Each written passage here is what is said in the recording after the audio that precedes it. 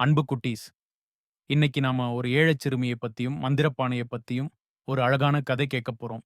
ஒரு கிராமத்துல மழை இல்லாம ரொம்பவும் வறண்டு போயிருந்தது. செடி, கொடிகள் எல்லாம் வாடிப்போச்சு. மக்கள் எல்லாரும் சோகமா இருந்தாங்க. அந்த கிராமத்துல லீலான்னு ஒரு சின்ன பொண்ணு இருந்தா. அவளுக்கு அந்த கிராமம் பழைய மாதிரி பசுமையா மாறணும்னு ஆசை. ஒரு நாள் கிராமத்துல இருக்க வயசான பாட்டி ஒருத்தங்க லீலா கிட்ட ஒரு மர்மமான கிணறு பத்தி சொன்னாங்க. அந்த கிணத்துல ஒரு மந்திரப்பானை இருக்கும். அதுல இருக்க தண்ணியால வறண்ட நிலத்தையும் பசுமையாக்க முடியும்னு சொன்னாங்க. லீலா அந்த பானைய தேடி காட்டுக்குள்ள சாகச பயணம் போனா. பயணத்துல அவளுக்கு நெறைய கஷ்டங்கள் வந்துச்சு.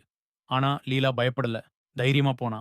கடைசியா அவ மர்மமான கிணற்றை கண்டுபிடிச்சா. அந்த கிணத்துக்குள்ள இருந்து வெளிச்சத்தோட ஒரு மந்திர பானை வந்துச்சு. லீலா அந்த பானைய எடுத்துட்டு சந்தோஷமா கிராமத்துக்கு திரும்பி வந்தா.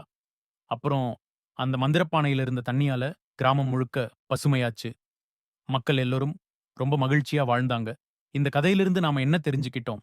தைரியமும், நம்பிக்கையும் இருந்தா எந்த கஷ்டத்தையும் ஜெயிக்கலாம்.